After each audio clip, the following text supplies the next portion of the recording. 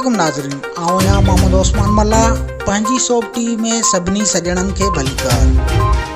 नाज़रीन, बकर जमाली भरिसां जमाली बिरादरी जे ॿिनि धुरनि में झेड़ो थियो आहे, जंहिंजा तफ़सील पंहिंजी सोप न्यूज़ जे नुमाइंदे गुल हसन ख़ासकेली खां मालूम कंदासीं। जी गुल हसन ख़ासकेली।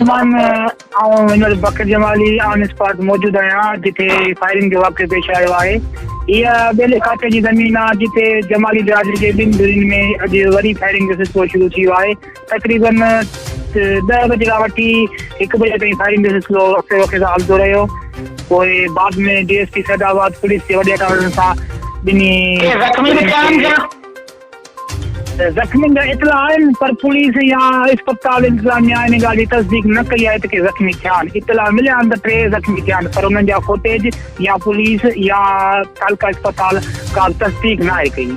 अच्छा, पुलिस हाँ, पुलिस सां राब्तो कयो आहे, तालुके अस्पताल सां राब्तो कयो आहे। तस्दीक थियण जी तस्वीरूं बि न आहिनि मिलियूं ऐं नाला बि न आहिनि मिलिया। बाक़ी इतला आहिनि त 3 ॼणा ज़ख़्मी थिया आहिनि। उन खां अलावा पुलिस हींअर कंट्रोल संभाले वरितो आहे। ॿई धुरियुनि खे लाउड स्पीकर जे ज़रिए वार्निंग ॾिनी वञी आहे त फायरिंग जो सिलसिलो बंदि कयो वञे। हिन वक़्तु हिकिड़ी चौकी ते पुलिस मौजूदु आहे। 4 मोबाइल गाॾियूं आहिनि, मोबाइलूं ऐं पुलिस वारा वेठा आहिनि। वॾी महिरबानी गुल हसन ख़ासकेली।